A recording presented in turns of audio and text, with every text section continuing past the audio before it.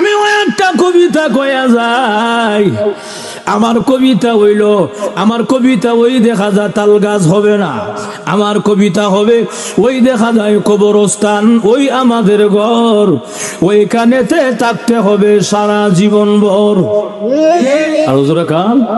ওই দেখা যায় কবরস্থান, ওই আমাদের ঘর, ওইখানেতে থাকতে হবে সারা জীবন ভর। ও কবর তুই চাস কি?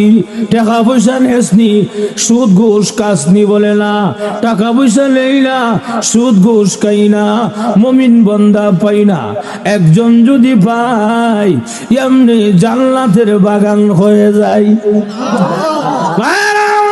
এজন্য আল্লাহর রাসূল হাদিস শরীফে বলেন, আল কবর রাউযাতুম মিন রিয়াজিল জান্নাহ আও হুফরাতুম মিন হুফারিল নার।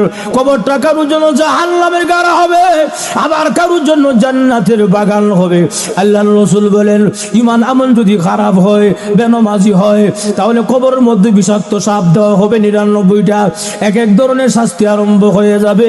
আল্লাহ যদি প্রকান্তর ঈমান আমল ভালো হয়, এই লোকটাকে কবরের মধ্যে রাখতে দেরি হবে। একজন ঘোষণাকারী ঘোষণা দিবে, ও আলবিসুহু মিনাল জান্নাহ ও আফরিসুহু মিনাল জান্নাহ। আমার বান্দাকে জান্নাতি পোশাকটা পরায়া দে, আমার বান্দাকে জান্নাতি বিছানা বিছায়া দে, এবং কবর থেকে একটা ছিদ্র কইরা দে, জানালা কইরা দে জান্নাত বরাবর, যেন আমার বান্দা কবরে ঘুমায়া ঘুমায়া জান্নাতের আরামায়েশ ভোগ করতে পারে। ইমান আমল ভালো হয় যখন, ঠিক কিনা?